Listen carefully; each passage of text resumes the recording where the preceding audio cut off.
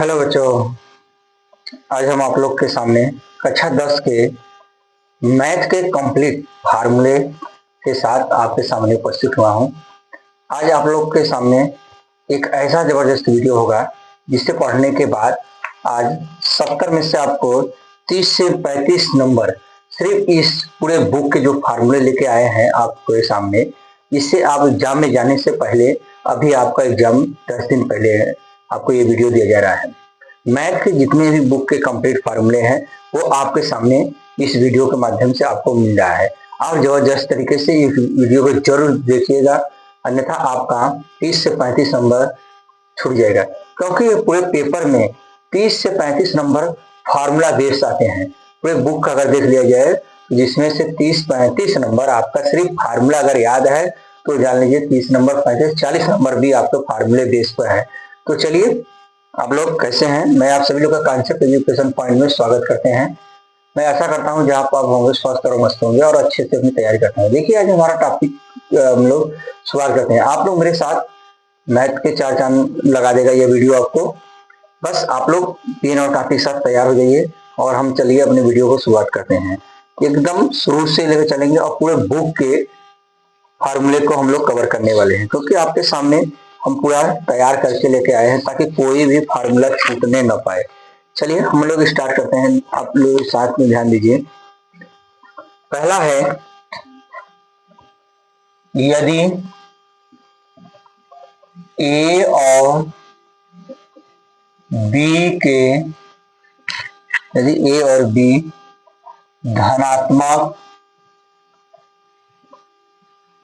धनात्मक पूर्णांक संख्याएं हैं तो आपके सामने ए और बी दो धनात्मक पूर्णांक संख्या है। तो आप लोग जानते हैं कि एचसीएफ यानी दोनों संख्याओं ए और बी का एचसीएफ गुणे एलसीएम दोनों संख्याओं ए और बी का, ये होता है ए और बी के गुणनफल के बराबर होता है, पहला। दूसरा फार्मूला है आपको द्विघात बहुपद बनाने, क्या होता है द्विघात बहुपद। तो यदि द्विघात बहुपद fx बराबर X square plus A x square plus B x plus सी के शून्य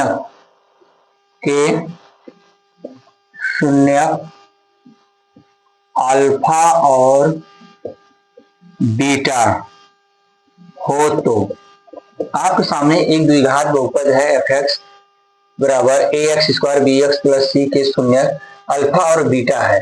तो आपको पता होना चाहिए कि शून्यकों का योगफल और शून्यकों का गुणनफल क्या होता है। यहाँ पर शून्यकों का योगफल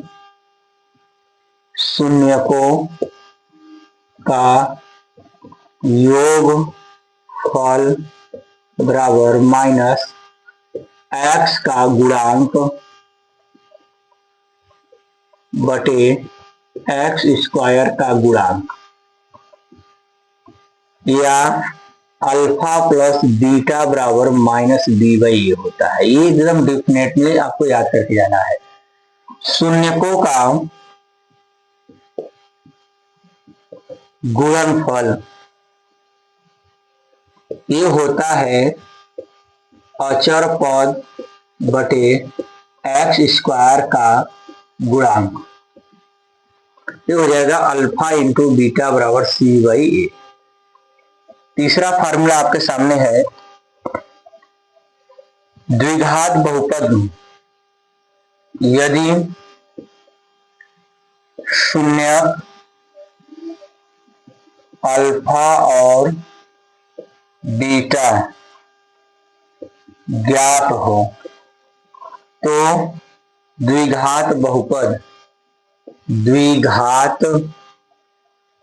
बहुपद बनाना क्या हो जाएगा, fx बराबर X square minus alpha plus beta into x plus alpha beta.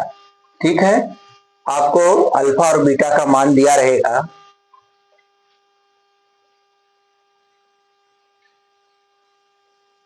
इस तरीके से आप द्विघात बहुपद बना सकते हैं। अगला है हमारा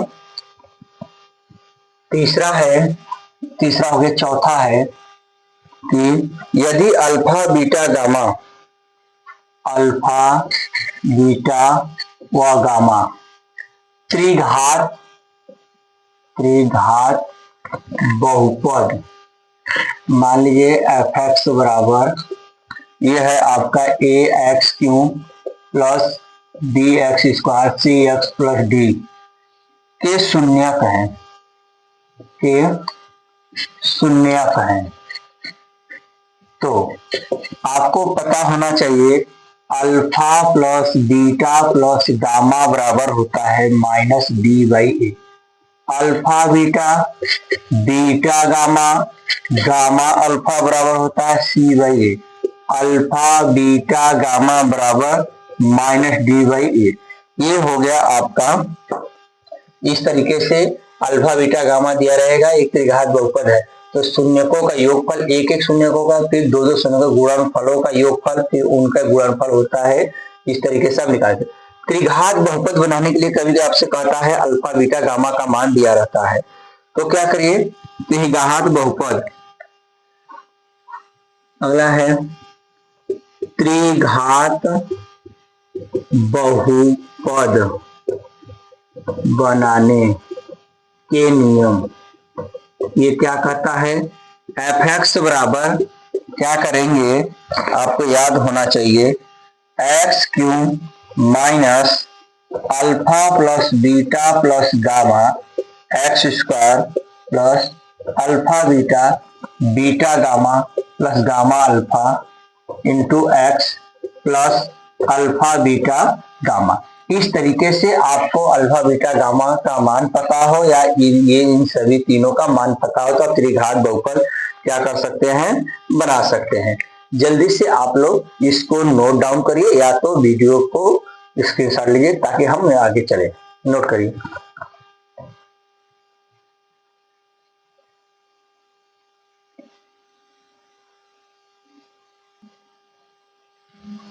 नोट कर लिए? चलिए अब हम लोग अगले नंबर पर चलते हैं। रैखिक समीकरण युग्म आपका है, रैखिक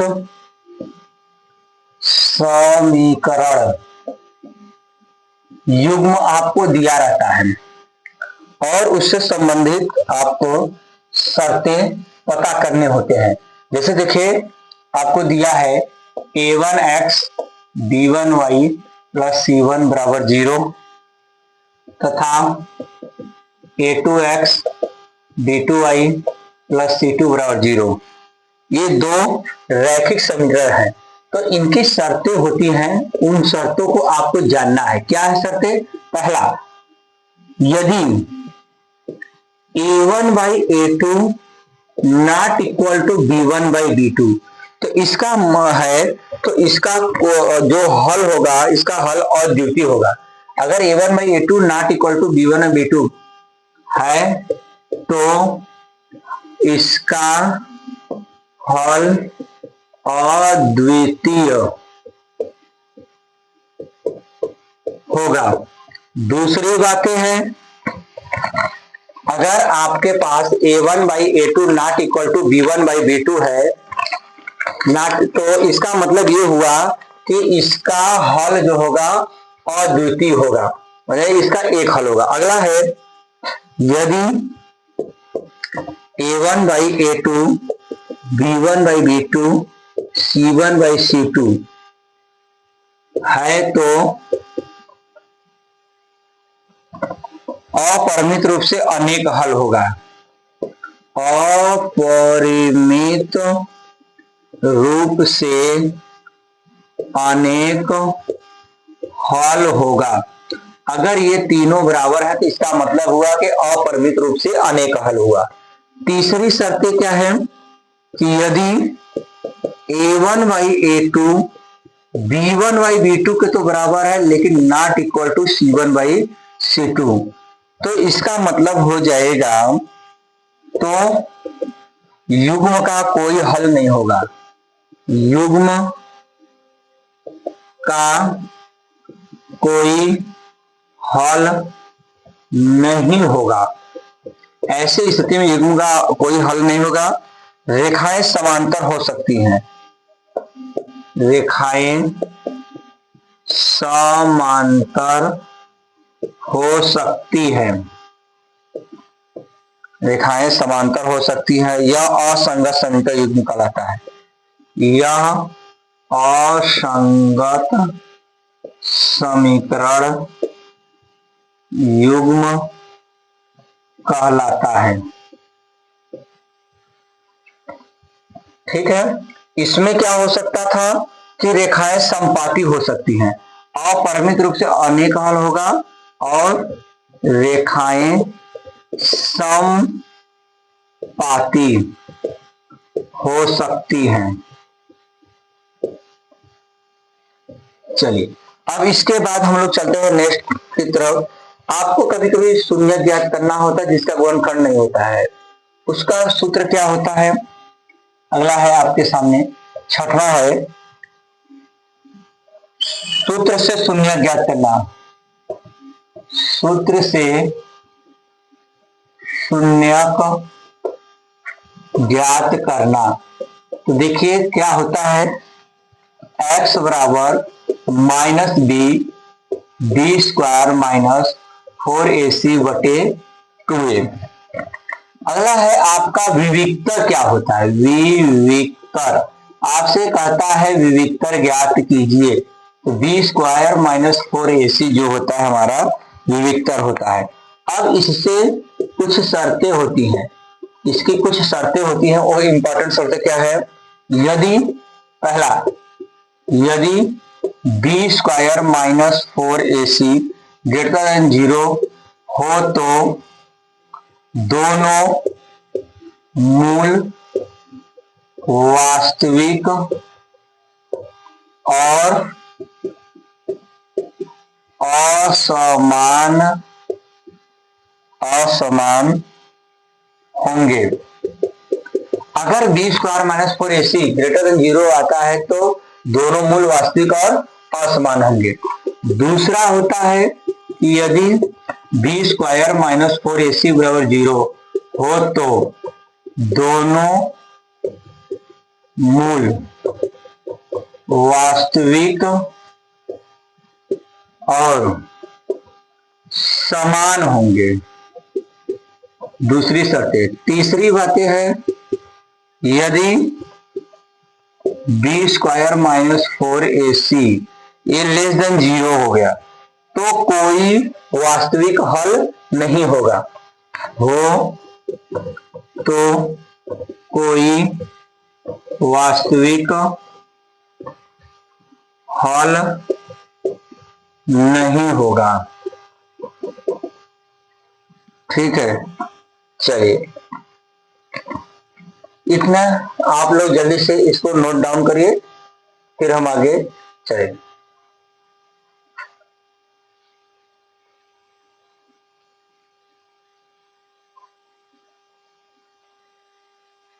चलिए नोट कर लें। अगला है हमारा आठवां है, देखिए कह रहा है समांतर श्रेणी, समांतर श्रेणी जिसका प्रथम पद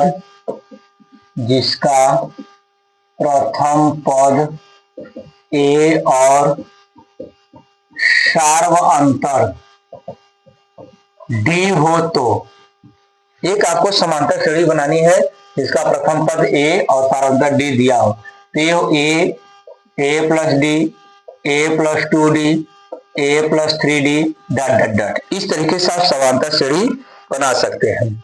अगला है हमारा समांतर श्रेणी का nवां पद, समांतर श्रेणी का nवां पद। अगर आपको कभी भी nवां पद कहे, ये फार्मूला होता है a plus n minus 1 into D. समांतर श्रेणी का अंत से आठवां पद, समांतर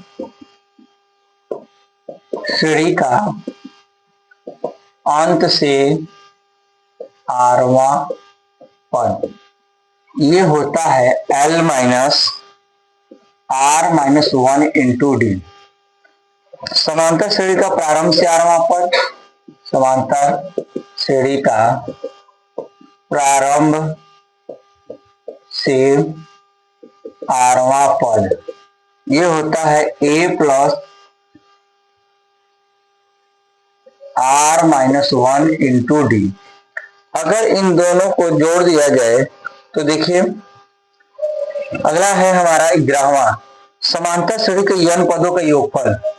समांतर श्रेणी के n पदों का योगफल क्या होता है? Sn बराबर n/2 2a plus n minus 1 into D होता है, या Sn बराबर n/2 a प्लस l होता है। इस तरीके से समांतर श्रेणी का योगफल आप क्या कर सकते हैं? ज्ञात कर सकते हैं। अब आइए हम लोग निर्देशांक ज्यामिति में चलते हैं। 12वां है किसी बिंदु का यक्ष निर्देशांक। किसी बिंदु का एक्स निर्देशांक आपसे कभी पूछे तो ये होता है y अक्ष से दूरी, यानी किसी बिंदु का यक्ष निर्देशांक उसका y अक्ष से दूरी होगा, उसका y अक्ष से दूरी होगा। ये पहली बात है। दूसरी बातें हैं किसी बिंदु का y निर्देशांक, किसी बिंदु का y निर्देशांक ये होगा आपका उसका x अक्ष से दूरी। अगला है x अक्ष और y अक्ष पर बिंदुओं का निर्देशांक, पर बिंदुओं का निर्देशांक क्रमशः क्या होता है? x अक्ष पर स्थित बिंदु निर्देशांक इतना होगा, y अक्ष पर स्थित बिंदु का निर्देशांक इतना होगा। ठीक है, यानी फार्मूला 13 क्या कहता है? चलिए ध्यान दीजिए, आपको दिया है बिंदुओं P x1 y1 व Q x2 y2 के बीच की दूरी d बराबर हो जाएगा करड़ी में x2 माइनस x1 का whole square y2 minus y1 का होल स्क्वायर। इस तरीके से आप लोग ज्ञात कर सकते हैं। अगला है हमारा बिंदु P x y की मूल बिंदु से दूरी, मूल बिंदु से दूरी कड़ी में होता है x square plus y square. ठीक है, चलिए आप लोग नोट करिए या तो स्क्रीनशॉट लीजिए, ताकि अभी और भी ऐसे इंपॉर्टेंट फार्मूले हैं। अभी तुम्हारा निर्देशांक ज्यामिति चल रहा है, नोट करें फिर आगे बढ़े।